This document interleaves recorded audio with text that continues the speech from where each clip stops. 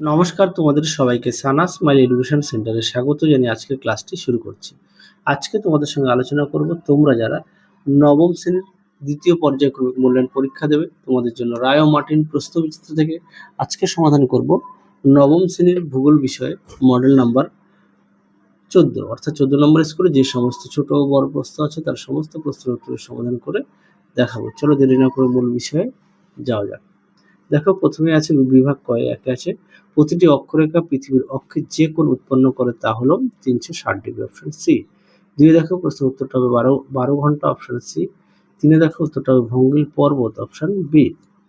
চারে দেখো ভারতের সর্বোচ্চ মালভূমি হলো লাদাখ, অপশন সি। পাঁচে দেখো প্রশ্নের উত্তরটা হবে জারণ, অপশন এ। ছয় দেখো পশ্চিমবঙ্গের সর্বোচ্চ শৃঙ্গ হলো সান্দাকফু, অপশন বি। আটে দেখো প্রশ্নের উত্তরটা হবে অপশন সি, দিয়ার। পরবর্তী প্রশ্ন দেখো কি আছে, শূন্যস্থান পূরণ। এক দাগের উত্তরটা হবে 180 ডিগ্রি, দুইয়েরটা হবে গোলগাপুরু।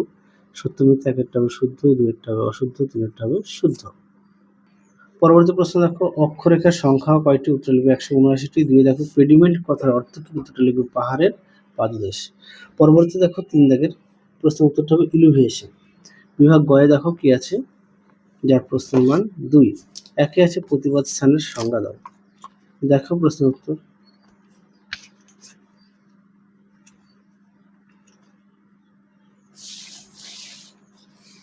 দেখো উত্তরটি। পরবর্তী দেখো কি আছে, অক্ষাংশ কাকে বলে। দেখো প্রশ্ন উত্তর, অক্ষাংশ। দেখো উত্তরটি, তোমরা অবশ্যই পড়ে নিয়ে লিখবে। পরবর্তী প্রশ্ন দেখো কি আছে, মহীভাবক আলোড়ন কাকে বলে। দেখো প্রশ্ন উত্তর, মহীভাবক আলোড়ন।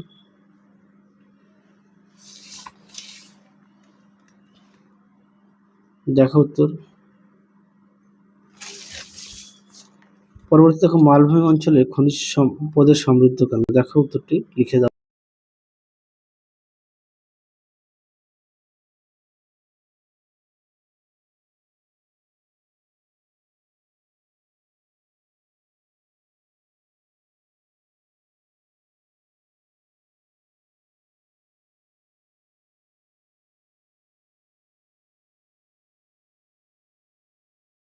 আছে তিনে দেখো রেগোলিথ। রেগোলিথ কাকে বলে। রেগোলিথ কাকে বলে। দেখো রেগোলিথ। পরবর্তী প্রশ্ন দেখো জৈব আবহবিকার কি। দেখো জৈব আবহবিকার, অবশ্যই সঙ্গে উদাহরণটা দেবে। পরবর্তী দেখো আশ্বিনের ঝড় কি। দেখো প্রশ্নের উত্তর, আশ্বিনের ঝড়।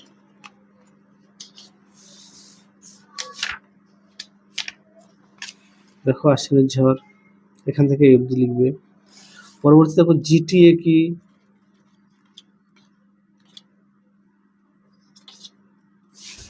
দেখো জিটিএ কি, অর্থাৎ জিটি এর ফুল ফর্ম হচ্ছে গোর্খাল্যান্ড টেরিটোরিয়াল অ্যাডমিনিস্ট্রেশন।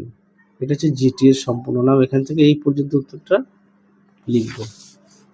পরবর্তী দেখো বিভাগ গ এর প্রশ্ন কি আছে, সেটা বিভাগ ঘ প্রশ্ন মধ্যে অক্ষরেখা ও দ্রাঘিমা রেখার মধ্যে পার্থক্য। দেখো প্রশ্ন উত্তর দেখে নাও, অবশ্যই বিষয়গুলো উল্লেখ করবে।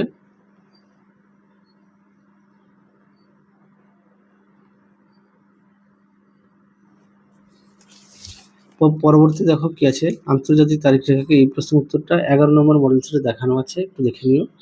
পরে দেখো মানব জীবনে মালভূমির গুরুত্ব বা প্রভাব লেখো। দেখো প্রশ্নের উত্তর। দেখো উত্তরটি, তোমরা অবশ্যই পড়ে নিয়ে লিখবে। দেখে নাও। পরবর্তী দেখো কি আছে, স্তূপ পর্বত প্রস্থ উপত্যকার মধ্যে পার্থক্য লেখো। এই প্রশ্নটা একটু তোমরা, আচ্ছা এই প্রশ্নটা দেখো লিখে দেওয়া আছে, হ্যাঁ দেখো লিখে দেওয়া।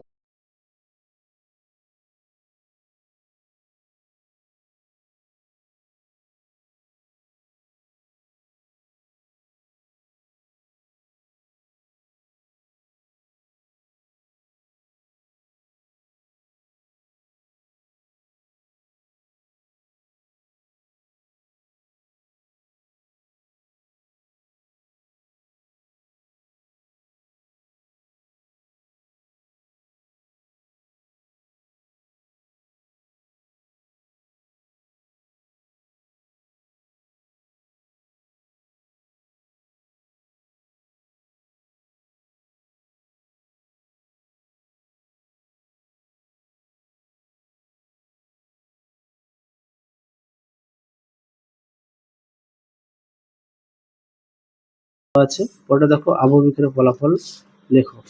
আবহবিকারের ফলাফল, ফলাফলটাও গুরুত্বপূর্ণ।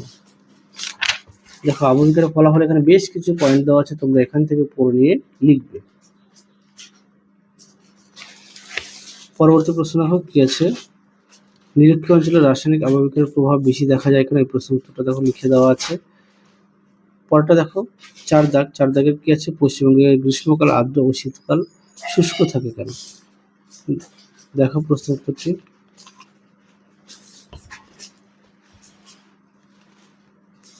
দেখো উত্তরটি তোমরা অবশ্যই পড়ে নিয়ে লিখবে। পরবর্তী প্রশ্ন দেখো, আচ্ছা এই প্রশ্নের উত্তরটা দেখো মডেল 4-এ দেওয়া আছে। অতিরিক্ত ভৌমজল ব্যবহার 4 নম্বর মডেল সেটা দেওয়া আছে, তোমরা একটু দেখে নিও।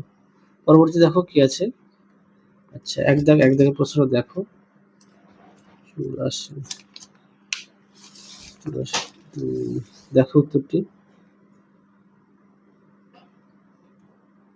তোমরা অবশ্যই পড়ে নিয়ে লিখবে।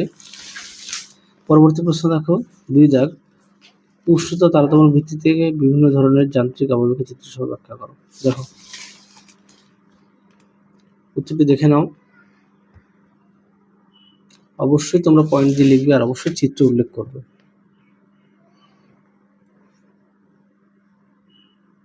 এই প্রশ্নটাও অনেক মডেল সেটে দেখানো আছে, একটু দেখে নিও। খুবই গুরুত্বপূর্ণ একটি প্রশ্ন।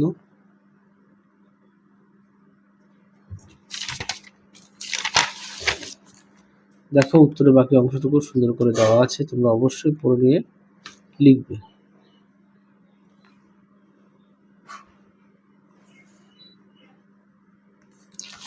পরবর্তী প্রশ্ন দেখো, পশ্চিমবঙ্গ পার্বত্য অঞ্চলে ভূপ্রকৃতির সংক্ষিপ্ত বিবরণ দাও। দেখো প্রশ্নের উত্তরটি সুন্দর করে দেওয়া আছে, তোমরা অবশ্যই পড়ে নিয়ে লিখবে। তাহলে চলো আজকের মতো এখানেই সমাপ্ত করছি। আবার দেখা হবে খুব শীঘ্রই তোমাদের পরবর্তী ভিডিওতে।